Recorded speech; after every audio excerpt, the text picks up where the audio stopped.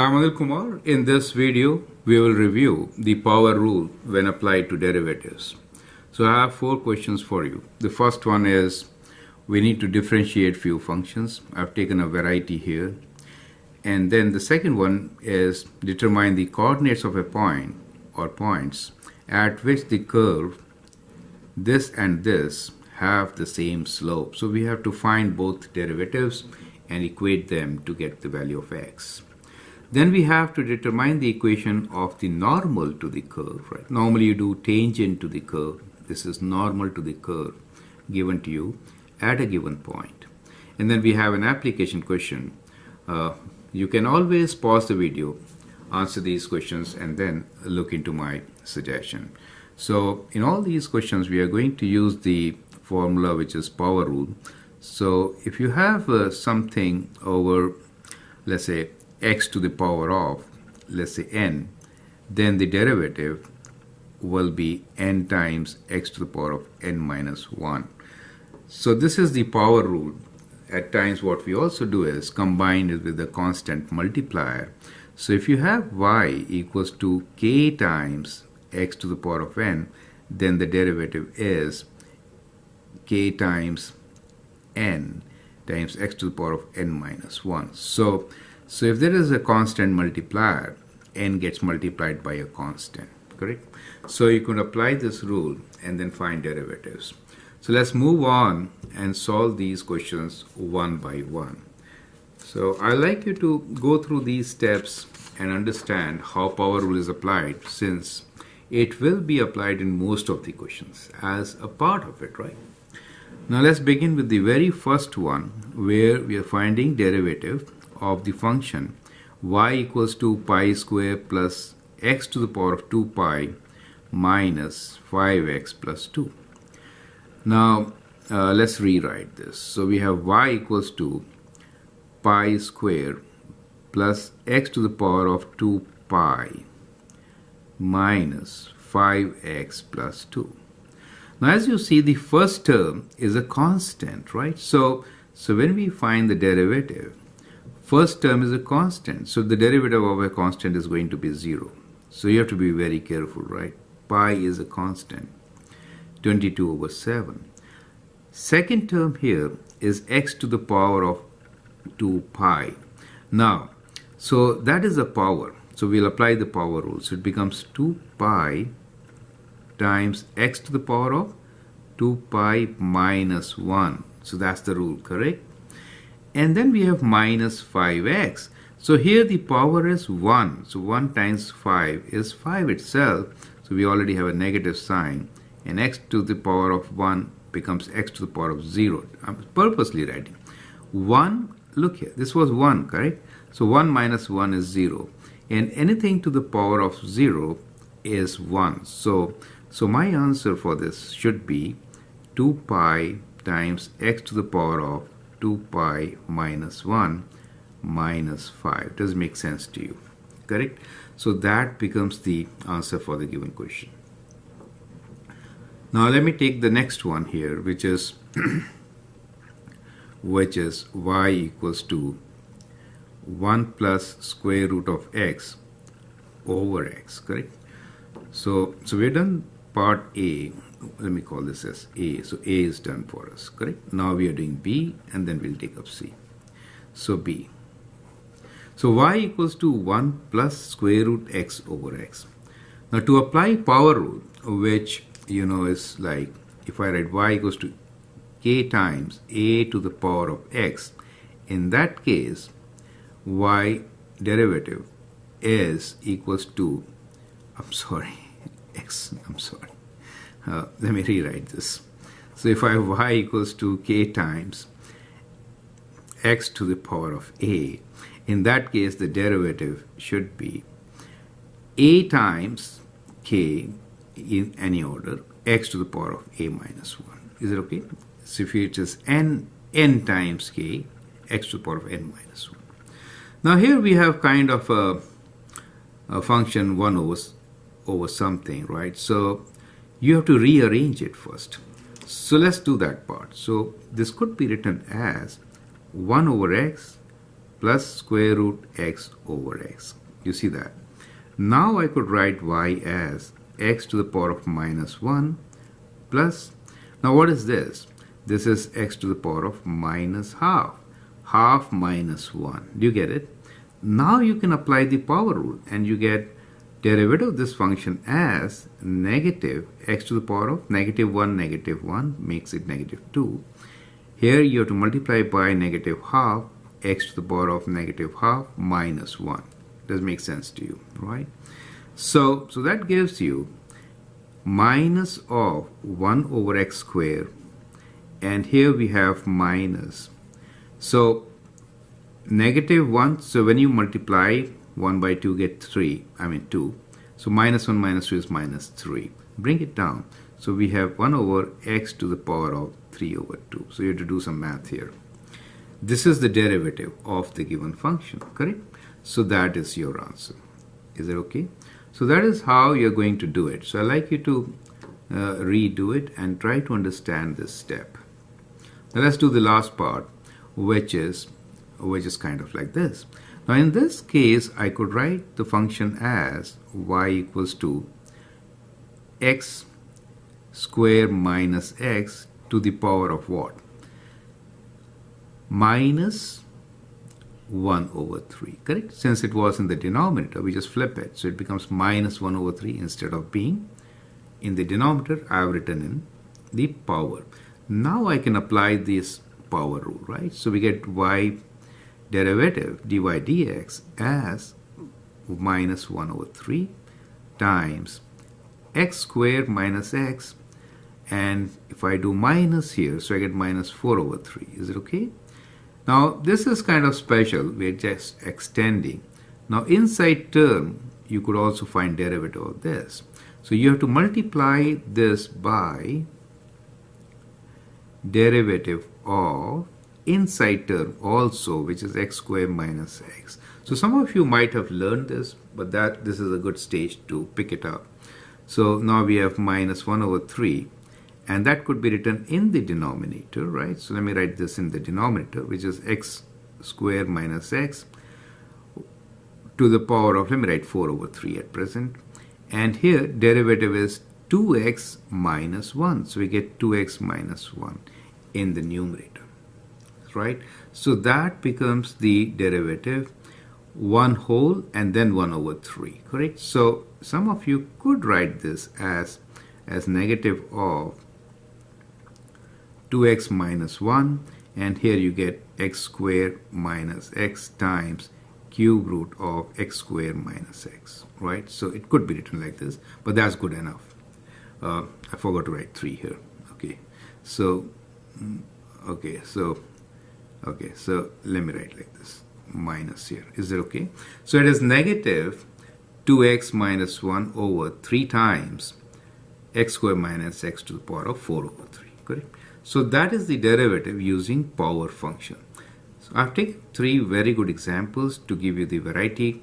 Especially here, we have to multiply by the derivative of inside function also. So at times we take it later, but I hope it helps. Now we'll explore how to find slope of a tangent line and relate it with the derivative of the function. In this particular exercise, we'll actually find slope of tangent line for all these functions which are represented by y equals to x to the power of n at the point 1, 1, right? So if x is 1, then anything to the power of 1 is going to be 1. That's the whole idea, right? So we have different kinds of functions here. To get the slope at a point, what we need to do is basically draw a tangent line, right? So at this point, I can draw a tangent line which could be like this. Do you see that? So let me just draw a tangent line. You have to do a neater job. I'm just showing you how to do it. And then what we see here is that we can now make a triangle, correct? So this is a good triangle which we have. And from this triangle, I can write slope n is change in y over change in x. So the change in y is from 1 to 3, which is 2, and change in x is from 1 to 2, which is 1. And therefore the slope is 2. you will notice that this particular graph is of y equals to x square. And slope of that at the point which is 1, 1 is 2. Now let's get to the next one. Now here if I draw a tangent line, then what do I get? So I have to draw a tangent line here. So if you take a scale and then do it, it will be kind of like this, right? So here what you notice is this is not so accurate, but in any case, let me use a different thing. So if I draw this and rise over run, then what I notice here, actually this is not a very good graph. This is not tangent. So let me redo it. It's not a good graph. So it doesn't look like a tangent, right? So it is kind of weird. So let me draw another line here. Okay, so this is better estimate. Okay, so I'll continue with the same point, but the thing is this. So what you find is the tangent, this is better tangent than that, of course. The slope of this now is change in the y value, which is from 1 to 4, so which is 3, and from 1 to 2 it is 1. So in this particular case, we get slope as 3, right? 3 over 1. And you'll find that this graph is actually the graph of x cubed. Do you see that? So a power function slope at 1 is actually the power itself. That's very important to understand. Here, if I draw the tangent line, let's do it. So you get a line like this, correct? So that becomes the tangent line. Now since it is dropping down, so the rise here, delta y over delta x, is minus 1 over 1, which is negative 1. Perfect. And in this particular case, this graph is actually of y equals to x to the power of minus 1 or 1 over x. Do you see that? So the power and tangent at this point is same. Perfect. Now here we have a graph where we'll again draw a tangent line. So what we have here is, so if I draw a line here, it is kind of going like, let me just draw. Okay, so that's the tangent line, correct? So now if I make a triangle, I get what? This is what I get, right? So in this particular triangle, I notice that change in y is 1 and change in x is 2, right? From 1 to 3. And therefore, in this case, the slope is 1 over 2. Since it is rising, it is positive. And the graph here is y equals to square root of x. Do you see that? X to the power of half. Perfect. Now, in this particular case, let me draw a tangent. So what we get here is kind of like this. Let me just go like this. Okay, this is good. Now, if that's the tangent line, the slope is negative 1. This is y, tangent y is negative 1. And the run is of 3, correct? So in this particular case, we get slope m equals to negative 1 over 3. And you will notice that this graph is of the function y equals to x to the power of minus 1 over 3 or 1 over cube root of x. Do you get an idea? Okay. Similarly, the last graph, if you draw the tangent here, then you will get this function is y to the power of x 2 over 3, right? So what should be the slope? Slope should be 2 over 3 at the point 1, 1. Do you see that? So draw the tangent and you'll figure out that when you draw the tangent, rise is of 2 and run is of 3, right? So if you do this tangent, then you'll get a line which is kind of like this. And if you form a triangle, then the run is of 3 and the rise is of 2. So you said delta y is 2 and delta x is equal to 3. And that is how from the tangent you get the slope.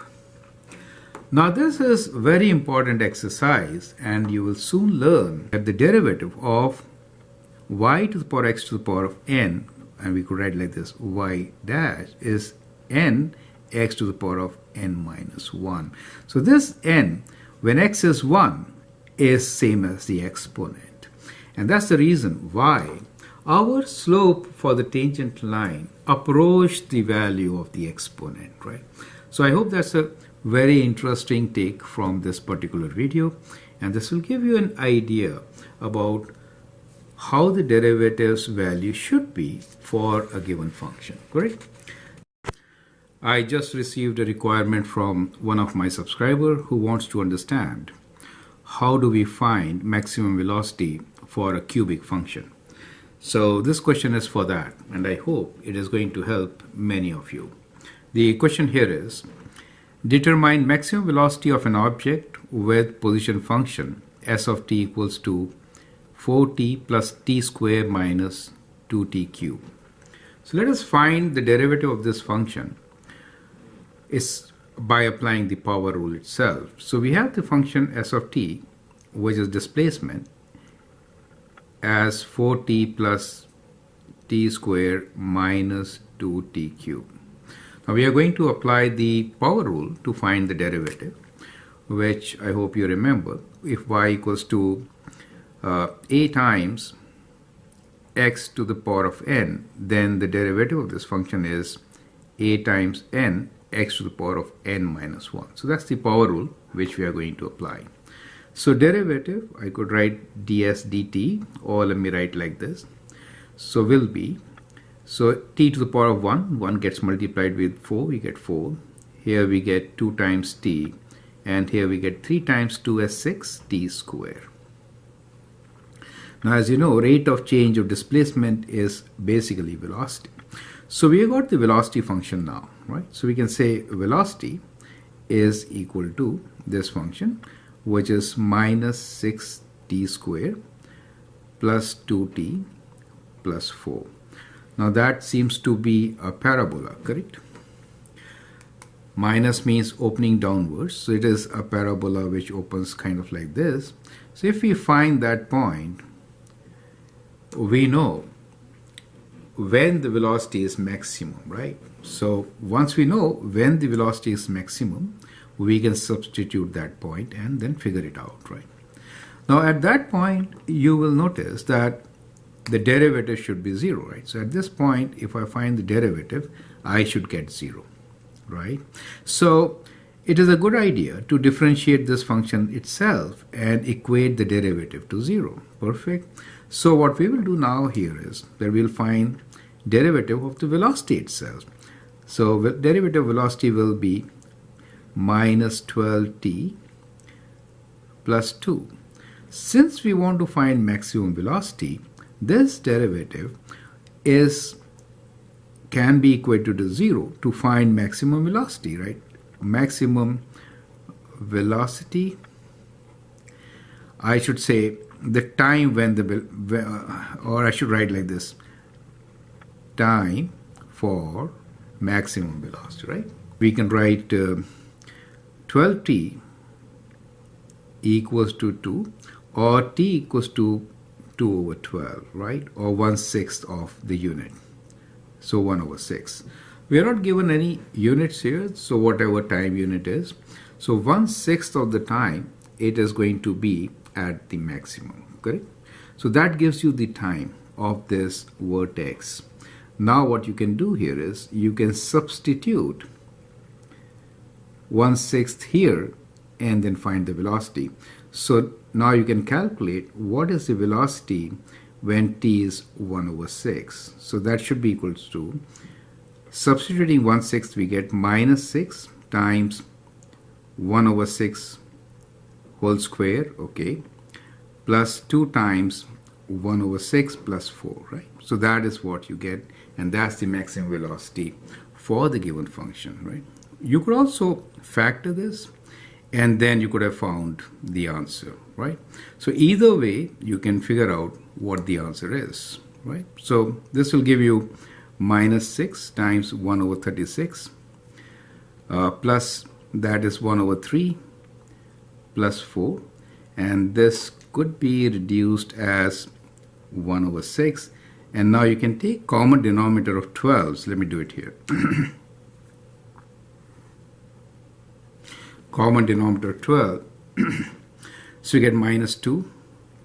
And here you get 4 plus 4. And 3 times 4 is 12.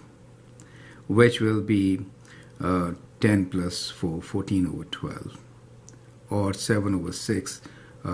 Whatever units you choose, right? Let's say we are doing it in meters per minute, for example, then this will be meters per minute, right?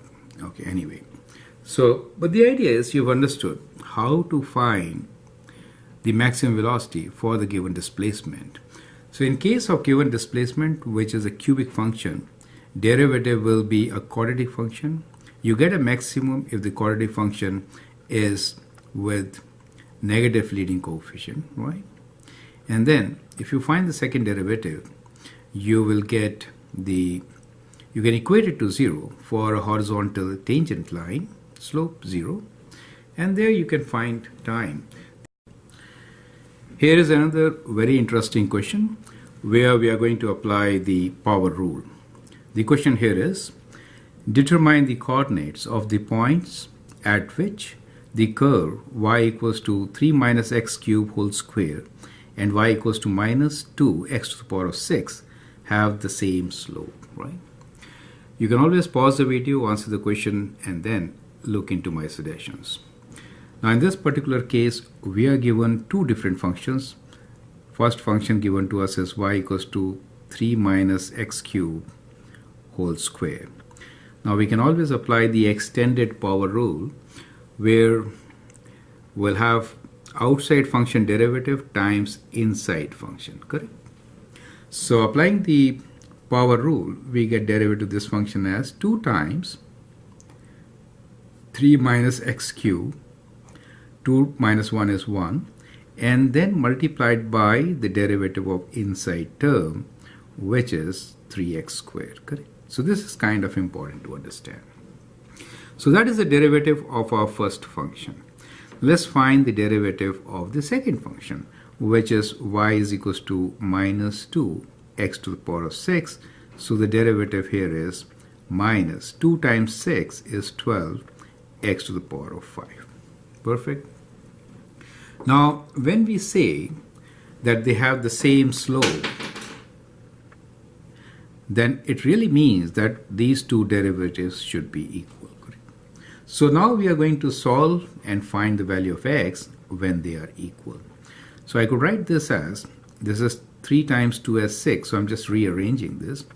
And I'm writing these two derivatives as same. So 3 times 2 is 6. And then we have x squared times 3 minus x cubed, correct? And we'll equate this to equal to that derivative, which is minus 12 x to the power of 5. Does make sense. Why did we do so? Because we need same slope. Correct? So both derivatives should be same. Now we can actually bring all the terms to one side and simplify. So we have well, I made a mistake here. This is negative, right? So I should have written negative here. So let me correct it with a different ink. Okay. Here's a correction. Minus, right? This is minus because of this. So we have minus 6. 6 times minus 1, correct? Okay. Let's bring this term to the left side. So we get 12 x to the power of 5 minus 6x squared times 3 minus x cubed equals to 0. Now we can take 6x squared common. So we get 6x squared common. We get 2x cubed. 6x squared we have already taken common minus, let's open the bracket. So the signs will change, plus x cubed equals to 0. Which simplifies to 6x squared, 2x cubed plus x cubed is 3x cubed.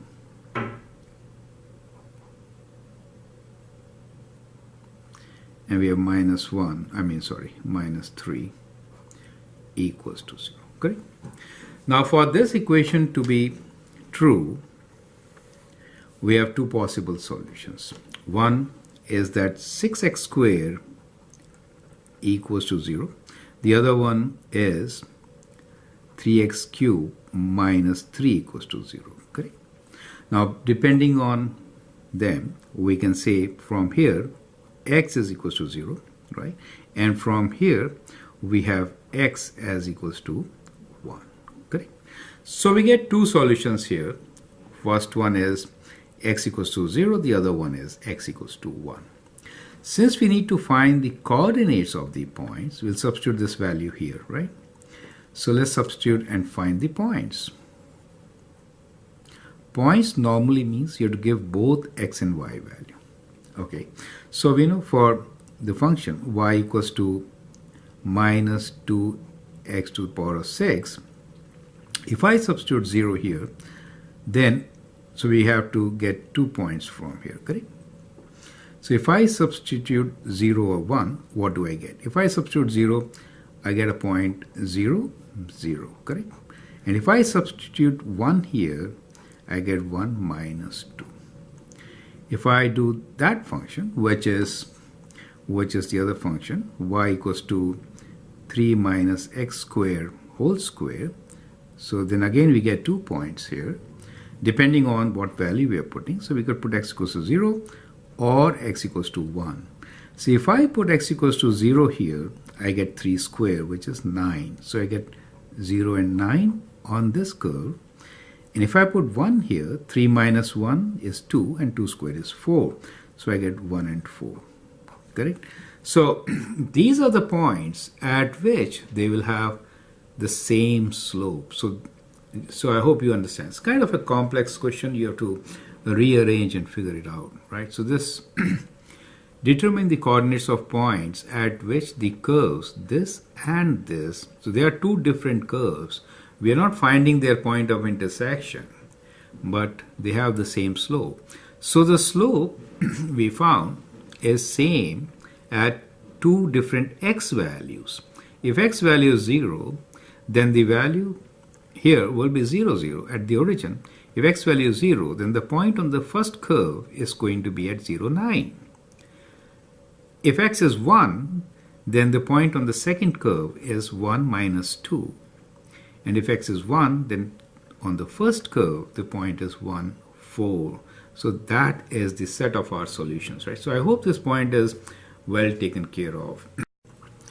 Now, based on power rule, here is another question where we are going to find equation of the normal. The question is, determine the equation of normal to the curve y equals to 3 over x squared minus 4 over x cubed at point P minus 1, 7. So for finding the equation of the normal, let's find the slope of the tangent first, which we can get with the derivative. So we have derivative of this function as, okay, so it's good to write this as y equals to 3 times x to the power of minus 2 minus 4 times x to the power of minus 3, right? So rewrite your function. Now it's easier to find the derivative, right? Applying the power rule. So it becomes 3 times minus 2 x to the power of minus 3. So take away 1 minus 4 times minus 3 x to the power of minus 4, correct? Now this could be written as minus 6 over x cubed, minus minus becomes plus, and we have 4 times 3, 12 over x to the power of 4, correct? We need to find at point p equals to minus 1, that is to say at x equals to minus 1. So when I substitute 1 here, then we get the slope of this function at x equals to 1. So now we are finding slope at x equals to 1, right? I'm sorry, minus 1. So if I write minus 1 here, I get minus 6 over minus 1 cubed plus 12 over minus 1 to the power of 4. That is negative, so we get 6 positive. This is positive, we get plus 12, and the slope is 18. Now we need to find equation of normal to the curve. Normal means perpendicular, right? So the perpendicular slope M perpendicular will be negative reciprocal, which is minus 1 over 18, correct? So that is going to be the slope for normal, means perpendicular. It is going through the point minus 1, 7. So let's find the equation of normal.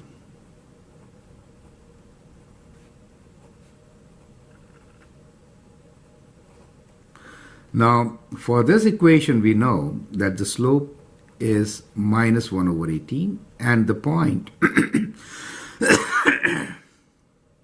is minus 1, 7. So I can write this equation as y equals to slope is minus 1 over 18 minus 1 over 18x plus b. To find the value of b, I'll substitute minus 1 and 7. So I've got 7 equals to minus 1 over 18 times minus 1 plus b, and so we get b as equals to 7 minus minus plus, taking there it becomes again negative over 18, right? So we get 7 times 18 minus 1 over 18 as the value of b, which is 7 times 18 equals to minus 1 equals to 125. 125 over 18. So the equation is y equals to minus 1 over 18x plus 125 over 18, right? You could always write it in standard form. Multiplying by 18, we get 18y equals to minus x plus 125, or x plus 18y minus 125 equals to 0, right? So that becomes the equation of the normal in the given case. Perfect. So let's move on to the next question now. Now I've taken an application question based on power rule. The question is, a 500-liter gas tank has a leak. After T hours, the remaining volume V in liters is V of T equals to 500 times 1 minus T over 90 whole square, where T is between 0 to 90. Determine how quickly the gas is leaking from the tank at 30 minutes. So we are given the volume, which is equals to 500 initial volume times 1 minus T over 90 to the power of 2. So we have to find rate of change at 30 minutes. T is in minutes. Okay, so we'll find the derivative of this function first, which will be 500 times power rule. So 2 times the whole thing, which is 1 minus T over 90 to the power of 2 minus 1 is 1. And now we have to multiply by the derivative of inside function, right? Which is minus 1 over 90. This is important. So this is kind of extended power rule, which we have applied earlier also in this set of videos, right? So you have to multiply by the derivative of inside function also, correct?